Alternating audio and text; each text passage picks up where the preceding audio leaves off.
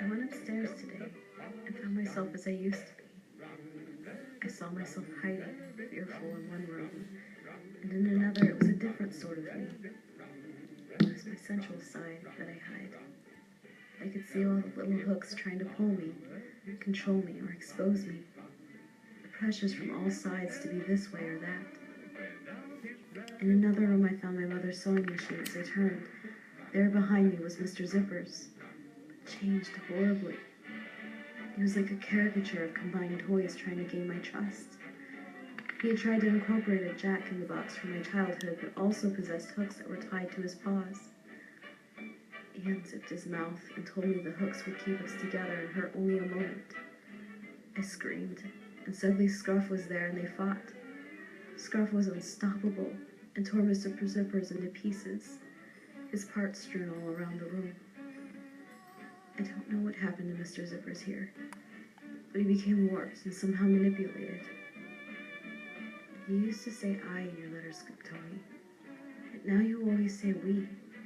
But you don't mean me and you. Who is looking over your shoulder?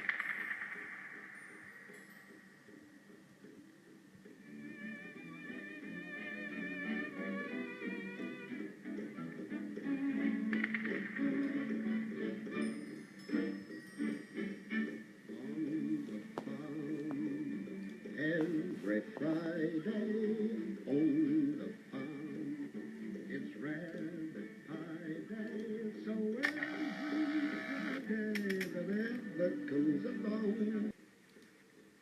Dear Victomi, I went exploring the scrub today and found a beautiful field of light bulbs with huge powdery white moths hovering above them. All I could hear were their wings gently moving. Later, we found the skeleton of a giant cat and some shopping carts tied up in trees, like the bones of a consumerist Sherpa. Over by a stump, I saw a real live honeybee, not the pollinating machines they said would replace the bees after they disappeared. It was trundling about on the stump, paying no attention to us. Did you know they have a stinger? They would defend their hive with their life should they have to. Their stingers were serrated like a hook, and in the act of protecting their hive, they would themselves die, as their stinger was connected directly to their heart. When pulled free, it meant their death. I watched him walking around and thought of that old saying he used when talking about something wonderful. That was the bee's knees, he would say.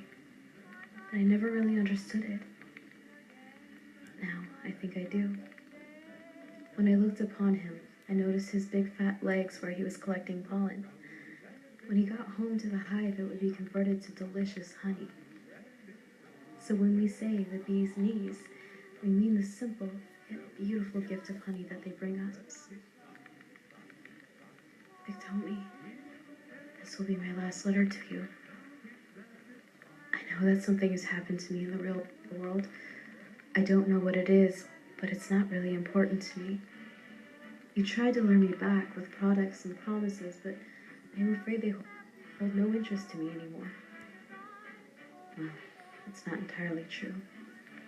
I have studied, marketed, and addicted me to it all like a Pavlovian dog. Yet I am fully aware of this and still gleefully wag my tail.